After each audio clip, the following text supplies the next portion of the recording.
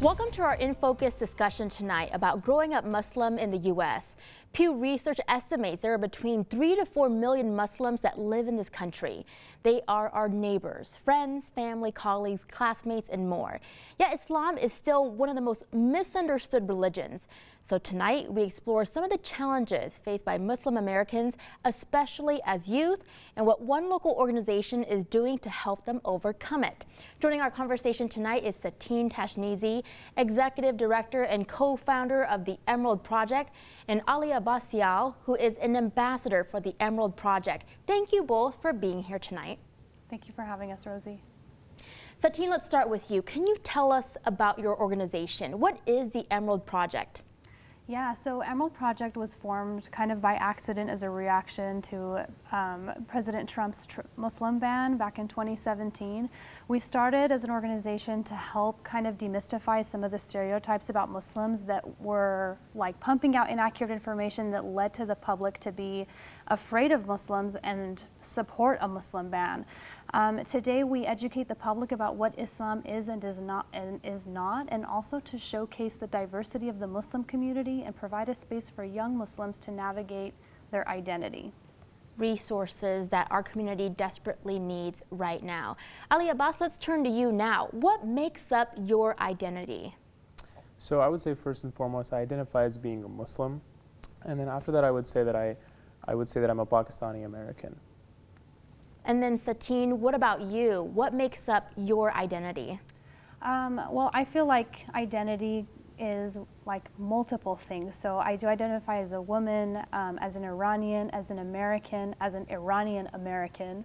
And I identify as someone who is a daughter and a sister and a good citizen of this country. Yeah, identity can be so many things when we think about it, and it depends on how deeply we want to think about it. Ali Abbas, how did exploring the Muslim identity become one of the 5 goals of your organization for the Emerald Project? So I would say that usually when you see somebody that looks like me on the news, there's a negative connotation. And so that has a really negative impact on people that look like me. And part of the reason why I joined Emerald Project was because I felt like I had an obligation and a duty to fight the misrepresentation of Islam. And Satine, what about you?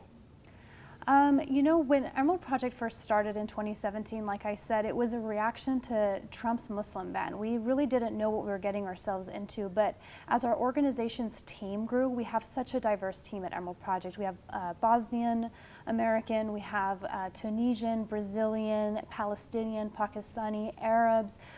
We even have had Latino and white Muslims on our team before. And something that we began to notice as an organization is a lot of these young Muslims share one thing in common, and that's how do I fit into my identity? Am I Muslim enough? Am I American enough? Am I Bosnian enough? How do I fulfill all the expectations of all of my identities? I remember when Armina Mustafa first joined Emerald Project, the first thing that she said is, I was really nervous to join this organization because I just felt like I wasn't Muslim enough to be here.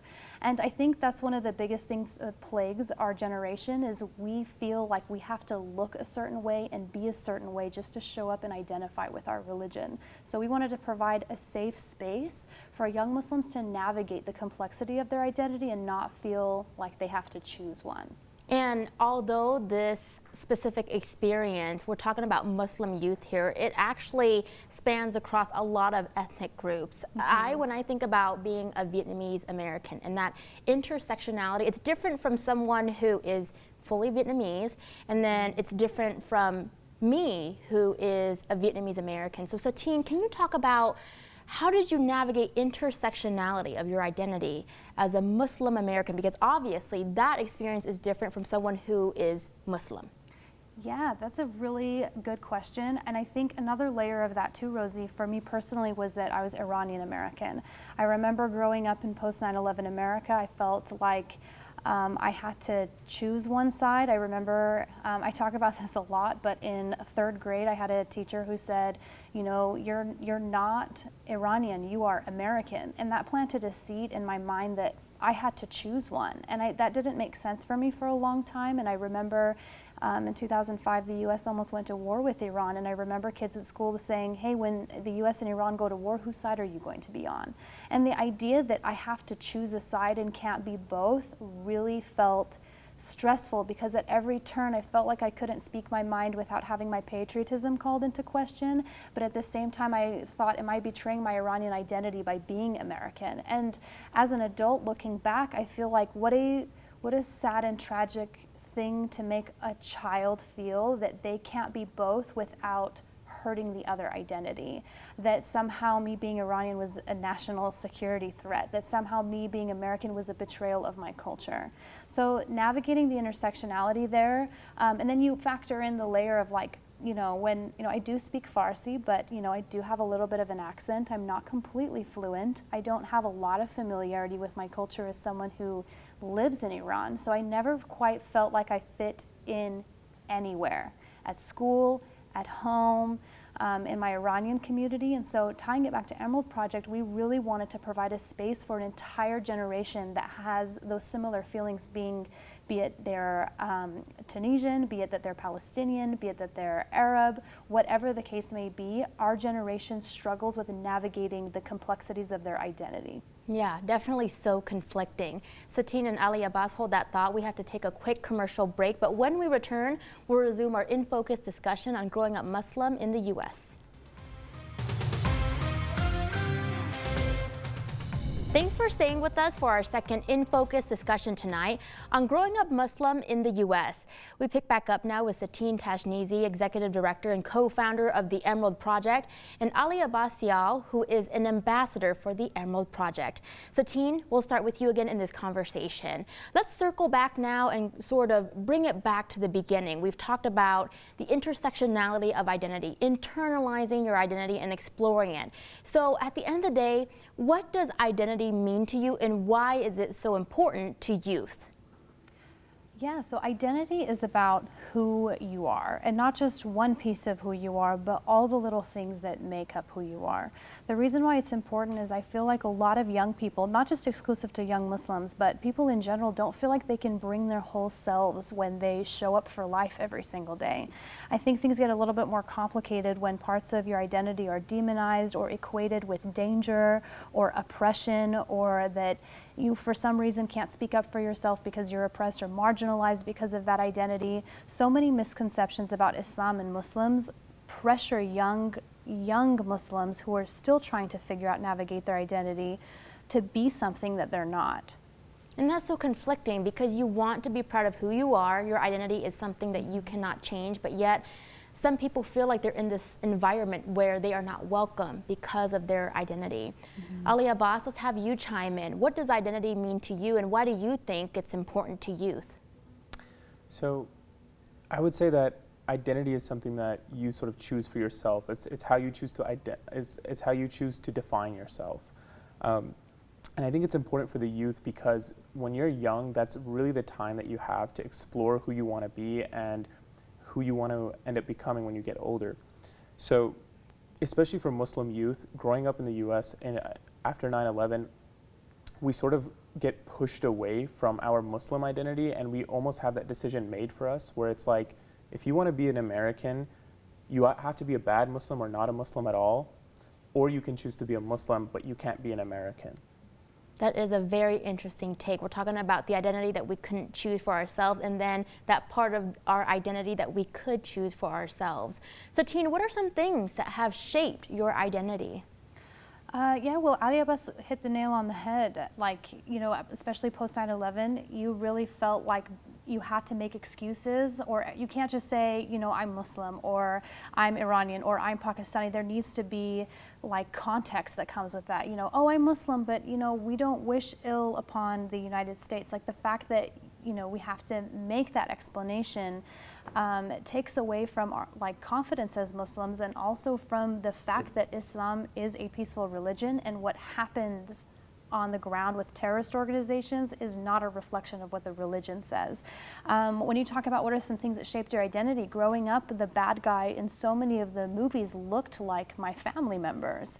And so when you see that repeatedly over and over again, when you wake up and you see Red Terror Alert Day and you feel confused, it starts to push you to start acting less like where your family came from and more quote unquote American.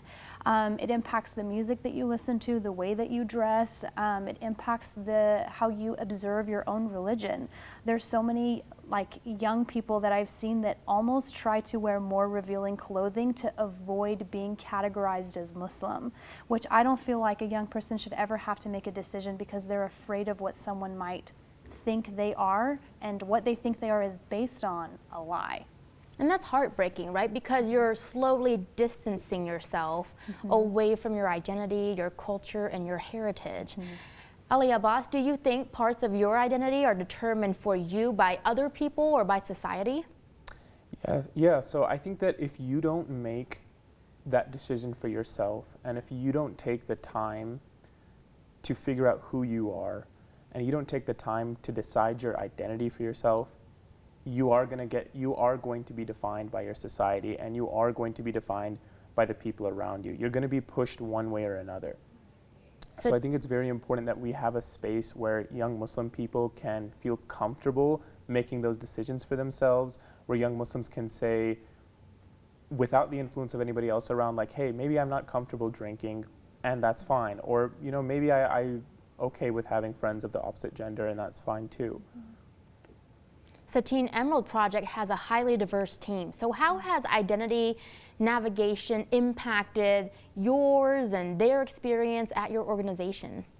Yeah, so like I said before, the ambassador program was something that came much later at Emerald Project. We did not form the organization to have the ambassador program, but it led us to providing a space for identity, for youth to navigate their identity. We always make the comment at our team that our parents' generation would never sit at a table with one another. There are cultural barriers, there are language barriers, there are social barriers. There's so many barriers between our identities, and yet their children have formed a bond because we share more in common than we do with people from our own culture. As an Iranian American that is 26 years old in the United States and was born here, I share more in common with Ali Abbas than I do with another Iranian that I find on campus who maybe recently immigrated here, despite the fact that I speak the language and I share those customs that I saw in my home. But when I had talked to Ali Abbas, he understands what it was like in elementary school when our friends would say, "Why are you dressed like that?" But we'd go home and our parents would say, "You have to dress this way." Or little things like it was green eggs and ham day when I was in first grade, and everyone in class ate ham and I wasn't allowed to, but I didn't understand and I felt really excluded. We have a set of values, customs, and attributes of our identity that we do not necessarily share with the environment that we grew up in, and we don't have the luxury of leaning on our classmates to help us be what our parents are. We have to make those choices on our own deliberately as we get older. Oh, thanks for sharing that experience. I remember a similar experience when I was in elementary, when the majority of my classmates were LDS, and they asked me, they said, "Are you LDS too?" And I said, Yes, I am, because I didn't want to be excluded. And then I went home, I asked my mom, I said, "Mom, are we LDS?" She goes, "No, we're Catholic." And I got so mad because I wanted to have some sort of commonality with my classmates. I already didn't look like them. I didn't dress like them. I didn't eat the same food as them. And so I just wanted something, right, that made me feel like I belonged and I wasn't othered. So Ali Abbas, you and Satine are both now in your 20s. What is something that you wish you knew about identity as you were growing up? So I would say that I wish that I had more confidence in myself to make decisions about my identity on my own, and that I knew that it was okay to trust myself even though I was young. Because I think especially in your teens, you're surrounded by a lot of older people, and you're surrounded by your friends, and you feel a lot of societal pressures, both at home and when you're around your friends, or even just at school and from teachers and from other adults. So I wish I would have known that it's okay, even though maybe I'm inexperienced or maybe I'm a 16-year-old kid, it's okay for me to follow what I think is right and not do things just because maybe a teacher told me it was right or somebody who was older than me told me it was right. And that can be hard when there's not someone there. There wasn't the future you there to tell you that it's okay to have these feelings, that you're going to need time to internalize it. And that's why your organization is hosting this upcoming event, which we will talk about in just a second. So Satine and Ali Abbas, stay with us. We have to take another quick commercial break, but when we return, we'll resume our In Focus discussion on growing up Muslim in the U.S. Welcome to our third and final In Focus discussion tonight on growing up Muslim in the U.S. We resume now with Satine Tashnizi, Executive Director and co-founder of the Emerald Project, and Ali Abbas, who is an ambassador for the Emerald Project. So Satine, tell us about Utah's first ever Muslim Youth Conference. Who is it for, and what is the objective? Well, we're so excited about our Utah's first ever Muslim Youth Conference. We actually were hoping to bring it about last year, but because of COVID, we had to delay. So we're very excited to have a chance and share that with the Muslim youth in Utah. So our Muslim Youth Conference is meant to be a space for young Muslims to get an opportunity to meet one another. We have workshops designed to help them with civic engagement, how they can make an impact in their community, and also to help them with identity navigation, because we understand that many Muslim youth don't necessarily have that space carved out for them to understand what are all the components of my identity, and to give them that understanding of they don't contradict each other and you can be all of your whole self. And that is acceptable. As far as who is it for, this conference is deliberately designed for young Muslims who don't necessarily feel super comfortable with their identity. Earlier, we talked a lot about Muslims feeling pressure to like hide who they are, or maybe, if they're fasting Ramadan, they hide it, or they don't feel comfortable and confident saying, I'm a Muslim, because they're afraid of what other people are going to think. So we want to provide a space for those young Muslims who aren't as comfortable to come and maybe get a little bit vulnerable and share some of their experiences.